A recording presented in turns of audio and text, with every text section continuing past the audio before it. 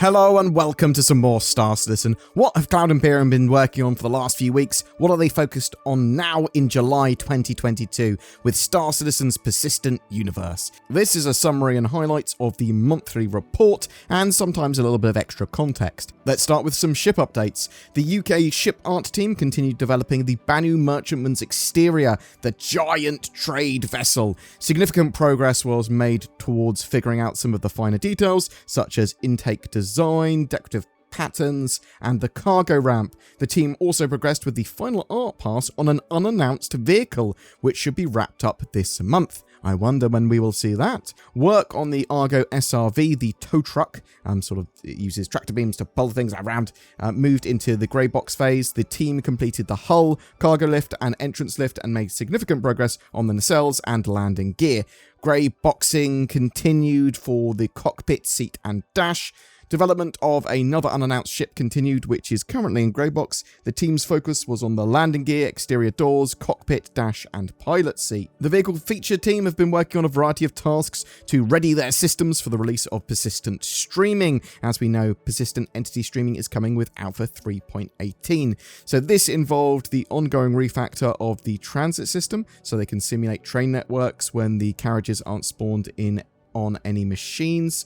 The team also continued to refactor and redesign restricted areas. They said, "We conducted some playtesting and found issues with the UI and user experience side of things, which we're working on now. We also set up a whole new city using the new system to test out the developer tooling, which has been quite successful." Vehicle features worked alongside AI to allow use of different ship modes, such as missile operator mode. This is still in development, though progressing well. On the balance side, further tweaks were made to new ground vehicle handling, while a review and rebalancing of fuel also began, which aims to improve the refueling experience. UI worked on the star map, hooking up quantum travel on contextual menus to make the process more intuitive. They also investigated how to show large-scale space clouds. Time was also invested into upgrading the underlying systems to work with persistence, particularly around vehicles and character loadouts for the various game modes. They also ported the in-game chat to Building Box as part of the ongoing version of the lens and visor. The gameplay features team began working on the next steps for the salvage profession, which involved evaluating the possibilities for the munching mechanic, ship's tractor beams, and salvage grinder. The Aegis Reclaimer and Drake Vulture's hull scraping feature progressed well and is currently awaiting elements from the cargo refactor. Engineering and life support work has been proceeding well too. The team are now able to show all relevant items, rooms, doors, and their corresponding controls and data in an early blocked out UI screen. The initial interactive elements and the first exchangeable interactable ship items were added too. Narrative continued to work on new mission archetypes planned for a future release. Features. The features team worked on longer term improvements to the personal inventory system based on feedback from recent live releases. They said an often requested feature is the ability to move a large number of items from one inventory to another, so we've added a move all button. This may sound trivial, but it needs the underlying logic to ensure the resulting service request is as small as possible and all condition logic is executed for the bulk of items being moved. Other features include being able to interact with items on the floor near the player and being able to move already equipped items from one port to another. Another of these features are already in larger scale internal testing. Elsewhere, previously reported fundamental changes to how actor movement synchronization is handled were completed. The new logic successfully progressed through internal testing, which allowed the team to enable the feature in a limited capacity on some PTU servers. This identified additional issues for the team to work through, though the goal is still to have it enabled across all servers in Alpha 3.17.2. Star Citizen has long had a ground alignment system that ensures the foot placement of a character correctly interacts with the environment. Recently, the team have been looking into extending this system to hand placements as well. As a use case, the vault traversal mechanic was used with increasingly complex shaped ledges to stress test the functionality.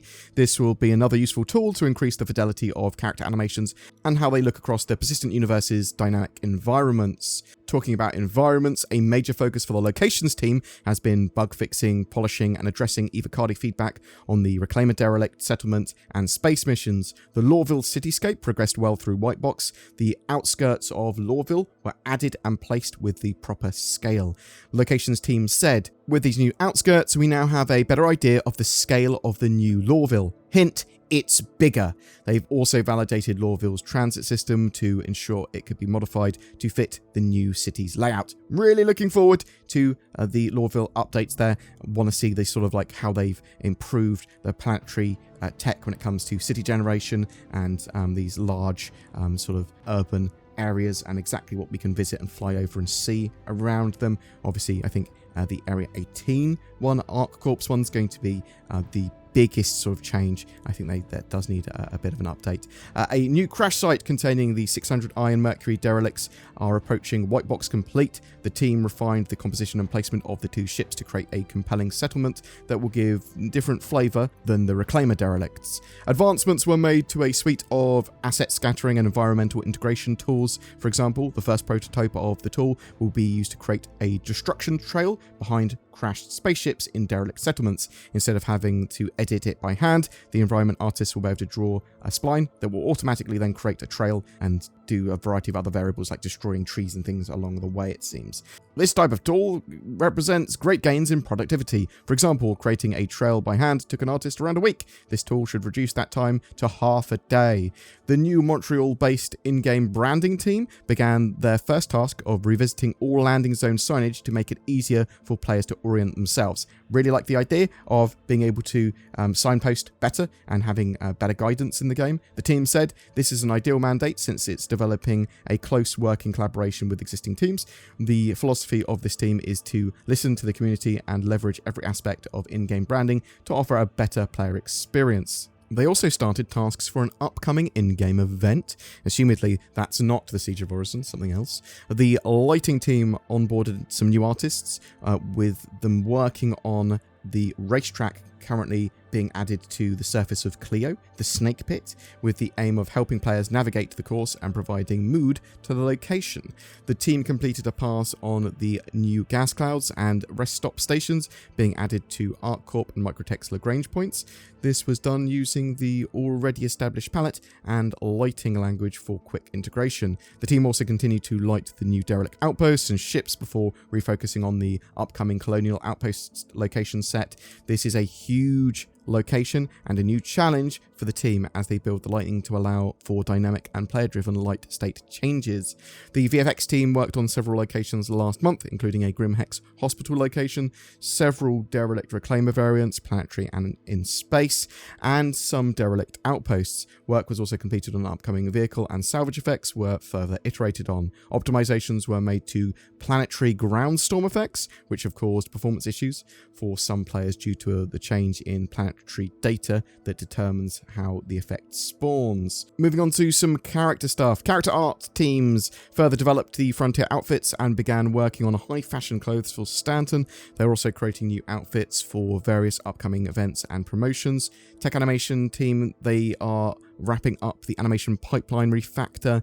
This involves creating new rigs and tools and stripping out old code for more elegant and performant solutions. They also continue to work on a new system that puts fidelity above all else. Although rarely used in gaming due to the expense limitations, this type of system is ideal for performance pieces. The facial animation team worked on outlaw characters, rescue and transport missions, AI bartenders, and player emotes. They also supported Pyro with motion capture alongside the narrative team. Progress on their new studio, set up for mocap and all that sort of jazz is going well. Various shop vendors, they've also made progress. Let's move on to some graphics and engine stuff. The Gen 12 transition continued with more render passes being ported over, including some responsive AA and decal rendering in the forward stage. Code was made more efficient. The graphics team continued porting features to Gen 12, including gas clouds, rivers, frozen oceans, refraction, and multipass support. Fixes were also submitted for tessellation partitioning for planet and ground fog. For the Vulkan backend, the team fixed issues caught by the validation layer, including mismatched texture types and mismatches of unused vertex input attributes, which are now reflected from the shader. Significant progress was made on the hair shader too, including updates to grain controls, variation tiling, and melanin selection. VFX programming continued investigating offline damage maps with persistence. Changes were made to the damage map materials alongside optimizations to hit processing and rendering. The Planet Tech team focused on new bugs to help unblock the sandbox teams. They also looked at module placement fine-tuning for Rastar. So Rastar is the base building tool that Cloud Imperium used to place outposts and that sort of stuff, but eventually will evolve into a base building tool for players, apparently, or at least some sort of variant of that. And further development has been made on automatic river placement validation. Community. So the community team have been working on a new community hub, which is now functioning on a live environment on the main website, but only visible to staff. This hub has been being populated with real user content, and the team is excited to share more with us soon. So there is a new Star Citizen hub coming. They've been putting a little bit of sort of work into this. I think there's like Twitch integration, that sort of stuff as part of it. The team has also been planning CitizenCon and the Road to 4.0, and will present regular 4.0 related content between now and the race of 4.0, which is actually pretty exciting. They are currently expecting to roll this out in September, this info series, so looking forward to the start of that. That's not too far away. Plans were also kicked off for new maps and gameplay experiences for Arena Commander and Star Marine. There's been loads of tools improvements too, and boom, that's it for your Star Citizen monthly report and progress to the persistent universe. We will cover AI updates and Squadron 42 in a video shortly, so watch out for that. But what do you think? Is development starting to pick up? Are you excited by Salvage and the other features coming to Alpha 3.18 later this year? Are you really excited for 3.17.2 coming out really soon? What about Star Citizen's base building tool, Rastar? How long before you think we might start seeing some actual base building mechanics in our hands? I'm hoping that we see a lot more of it at CitizenCon this year, for example. Any particular feature or update you liked from this report? Whatever your thoughts, I'd love to hear from you in the comments below. Greetings, citizen. I am NordVPN Man, bringing the justice of cybersecurity to the world. I protect you from ads, trackers, and malware. I punched a guy so hard once with security features that I knocked him back in time. He was able to use the knowledge of the future to become incredibly rich and wealthy. He bought like 10 subscriptions to nordvpn.com/BoredGamer after that. Really smart guy. Another time, I prevented a hacker from snooping at your IP address by taking off his hands. You can't hack with no hands. Probably. Anyway, you should get NordVPN, otherwise the terrorists win. Every month we have a giveaway. For July 2022, we're giving away a Hull A cargo hauler, as well as a Nomad multi-role freighter. That Nomad also comes with a hovercraft bike. So there's 2 lucky winners this month, and both of those packages contain access to Star Citizen. Comment on any of my videos during this month to be in for a chance of winning that, and check the description down below for more details. Please consider becoming a Patreon or channel member with the join button under my videos. This nets you a variety of exclusive extras, badges, influence on the channel and content and special videos, as well as helping us produce daily content. Thank you very much for watching. Please take care, and I'll see you in the verse.